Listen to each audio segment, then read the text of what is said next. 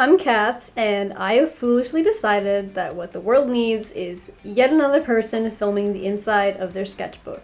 I used this sketchbook pretty sporadically during 2016 and 2017, but all the art that I made during that period is bad and boring, so I'm not going to show it to you. We're going to skip ahead to when I really started putting effort into maintaining and using this sketchbook on a regular basis, which was around the start of 2018 up until 2 months ago. This was a time where I finally started to experiment more with my style and with different art supplies, and what I really tried to do was fill up as much of a page as I could in an interesting way, instead of just drawing a single figure on a white background, which is what I used to do. It was lazy and it looked bad.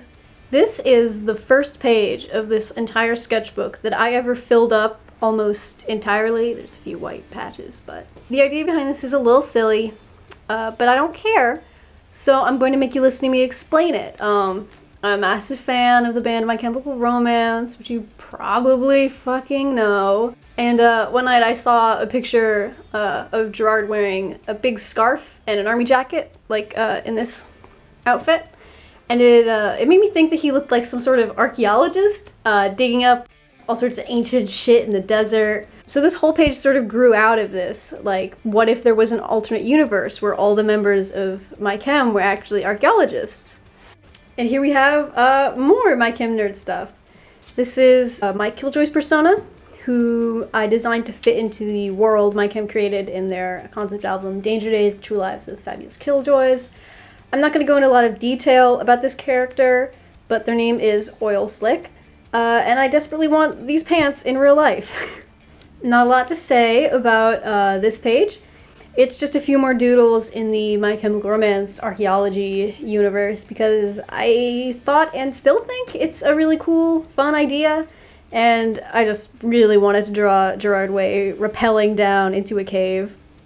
This next page was directly inspired by the last one, because I drew a few little skulls to fill up some empty spaces there, but I had so much fun doing them that I decided to make an entire page of bones and skulls.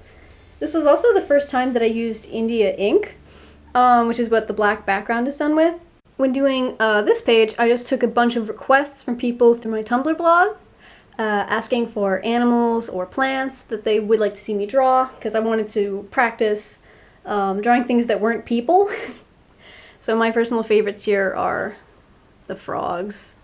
I really, really love vampires, werewolves, and lesbians, so I thought I would combine the three by drawing some monster girlfriends. I decided to make the vampire a butch and the werewolf femme, because I feel like whenever people do something like this, they always make it the other way around for some reason, and I just wanted to see like a dainty, hairy werewolf girl and her tall, tuxedo-wearing vampire girlfriend.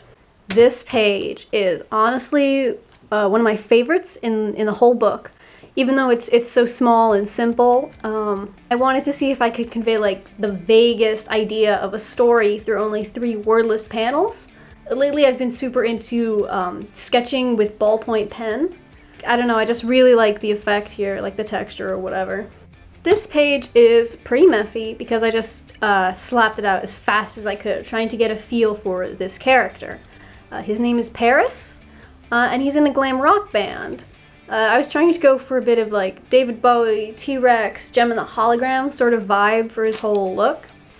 And a fun fact about him is that Paris may or may not be a robot. Well, I really, really love snails, so I filled an entire page with them. Not much to say here, I just love bugs, and especially snails.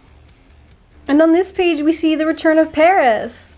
I finally got his face nailed down, so I made a more official reference for him. I just love all the colors, and I love Paris's weird outfits and how all the patterns fit together. It's a good page, I like it. This is a much older character of mine named Mary Alice.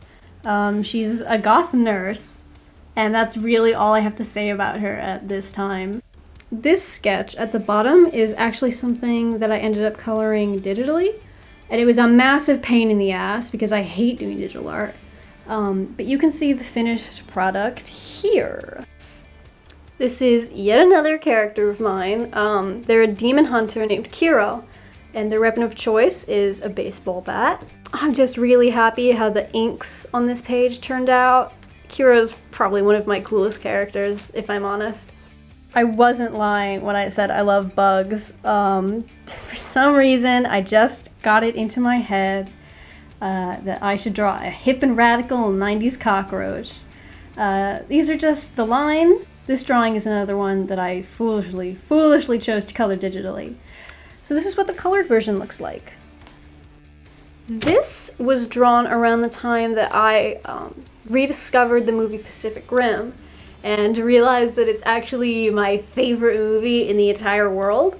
My favorite characters are the two scientists, Dr. Newt Geisler and Dr. Herman Gottlieb.